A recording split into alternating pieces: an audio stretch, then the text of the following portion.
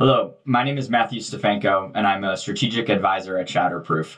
I'm extremely excited to talk to you today about an incredibly important topic, addiction stigma, and ways that you can practically implement it in your organization or personally to end addiction stigma and improve care and address the crisis of substance use disorder in our country today. First, I want to begin by talking about some of the key drivers of the addiction epidemic and how stigma relates to many of those that you might not think about. Of course, there are some drivers of the crisis that you are probably very familiar with that stigma may not be discreetly connected to. The first two that I'll talk about are the marketing of prescription opioids as non-addictive and the overprescribing of opioids. Certainly many folks know about that, and there's been a lot done to address it. And second is the increased access to heroin and fentanyl that continues to drive up the addiction deaths in our country today. Now, while those aren't explicitly connected to addiction stigma, they are key drivers of the epidemic. But what's really important is what we'll be talking about on the next few slides. What's astonishing about the addiction crisis when you actually investigate the connection between stigma and addiction is how connected stigma is to the addiction crisis. And actually 7 of the 9 major drivers of the addiction epidemic are connected to or entirely driven by pervasive stigma. The first, and the one that I think most people often think about when they think of stigma, is shame and social isolation. People feel rejected from society, and less than 20% of Americans are willing to associate closely with someone who is addicted to prescription drugs as a friend, colleague, or neighbor. You can likely imagine how that might end up affecting someone in their day-to-day journey towards recovery. The second piece is one that you're also probably familiar with: individuals not seeking help for their addiction. Oftentimes, internalized stigma and shame from the community, from a fear of healthcare providers, can seep into the way that someone perceives treatment might be effective for them or ineffective for them, and that can be a reason often why people decide not to seek out treatment.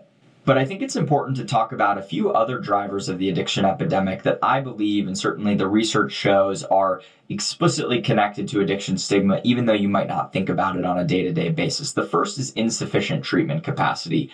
We know that many medical providers have a lot of internalized stigma and stigma towards people with substance use disorders, and that can actually affect their willingness to treat patients for opioid use disorder, substance use disorder, etc. We know in a study that about 1/4 of emergency medicine doctors are actually reporting that they don't want to see individuals with opioid use disorder because it would be undesirable patients in their waiting room. Healthcare coverage and reimbursement disparities are the fourth driver of the addiction epidemic connected to stigma that you should be aware of.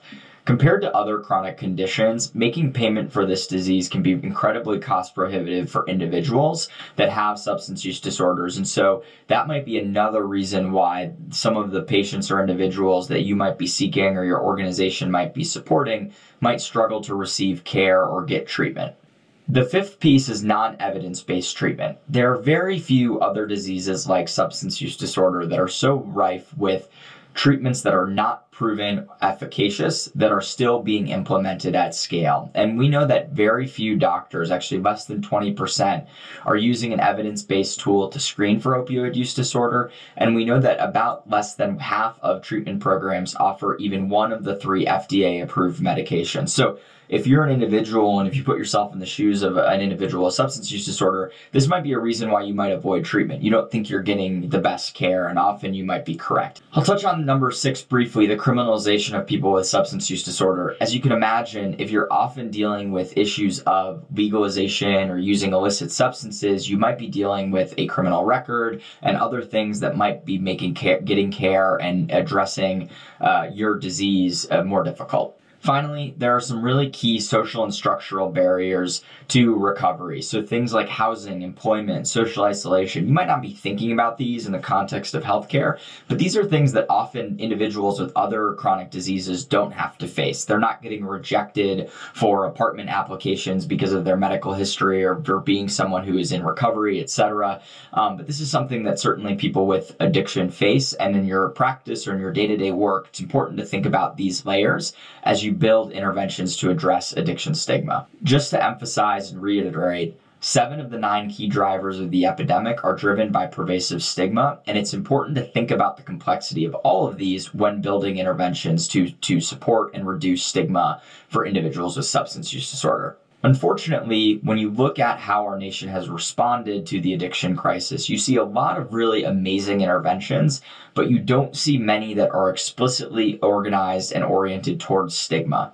One thing that we've noticed in our work is a lot of people talk about reducing stigma. We've certainly interacted with a lot of individuals who say it's one of the most important things they do. But unfortunately, the funding and the capacity building and the energy and the staffing required to really put that into action rarely comes with that kind of energy that people express. And so when you look at all of the different ways that our nation has responded, you'll see that stigma isn't among some of the biggest ways that we've tried to intervene. And so it is really important as you are developing trainings and protocols, et cetera, that you begin to think about putting your money where your mouth is and actually try to incorporate anti-stigma efforts into all of the different interventions that we're doing to address the addiction crisis and the number of people dying from substance use disorder and substance misuse. It's really important to think about the variety of stakeholders that are affected by and can often perpetrate stigma for those with substance use disorders. So we talked about a number of different actors that might be affecting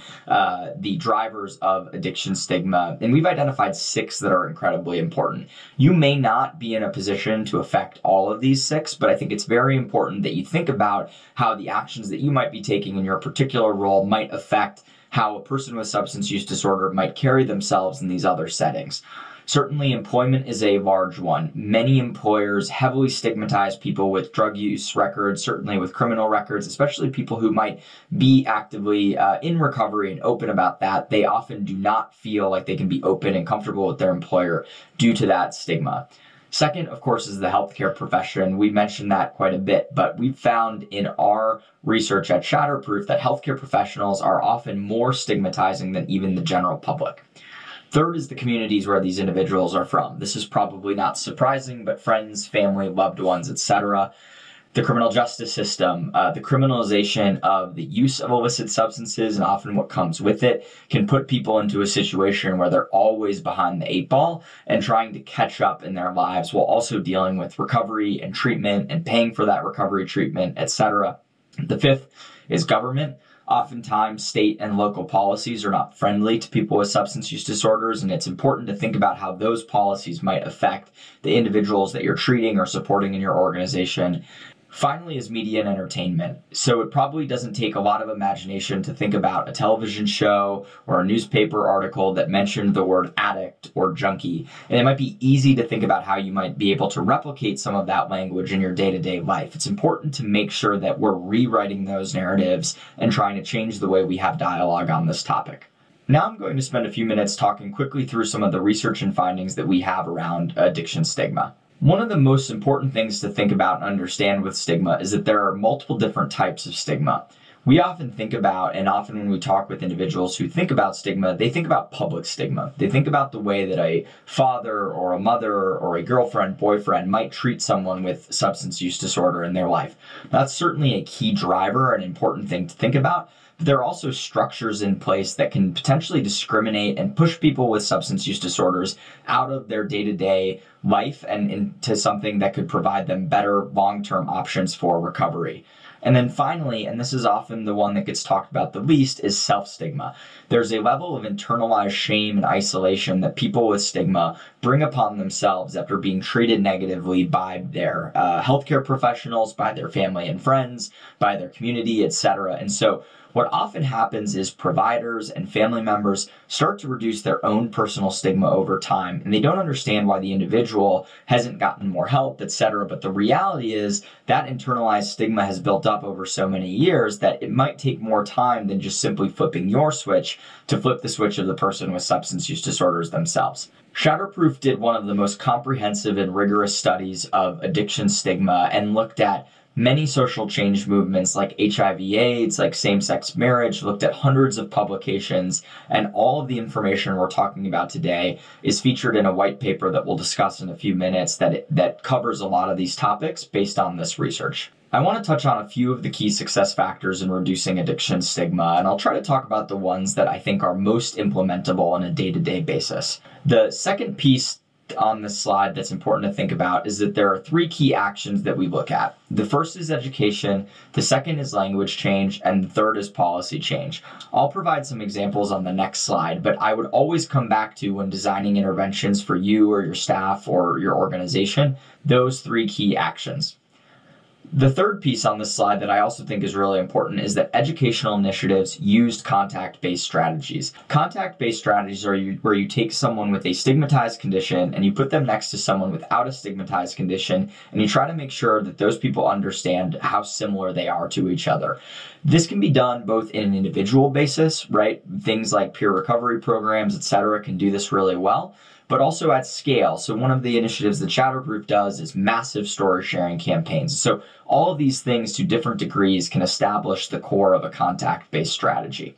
The fifth and the sixth are also really key action-oriented steps that you might be able to take or prioritize. The first was that we employ a combination of positive and negative incentives. While always we try to prioritize positive incentives, it is important to sometimes draw the line in the sand and say that certain things should not be okay. Implementing things that are potentially punitive can be really important when someone has stepped over the line of what is okay for people with substance use disorders.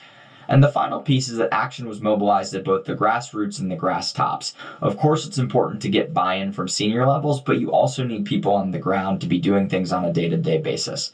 As mentioned previously, there are a number of action items that are important to do to reduce addiction stigma. Things like sharing stories, like we mentioned earlier, with contact-based strategies. Educational programs, Just 5 is one example that Shatterproof offers, but there are many great options of addiction-oriented educational program that can be implemented.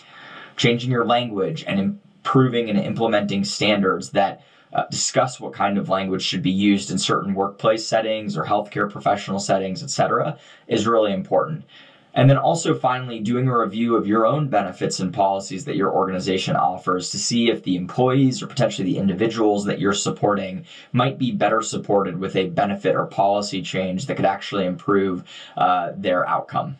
If you're interested in finding more information around addiction stigma and finding more depth of some of the initiatives and the importance of this work, I would recommend reviewing Shatterproof's white paper.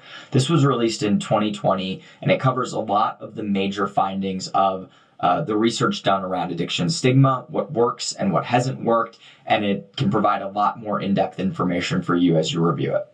So in summary, stigma is an incredible driver of the addiction crisis, and we need a multi-pronged approach to reduce it. There are many different types of stigma that are important for you to be thinking about when designing those interventions, and there are sets of key proven strategies that have already been executed at scale that you can execute in your day-to-day life.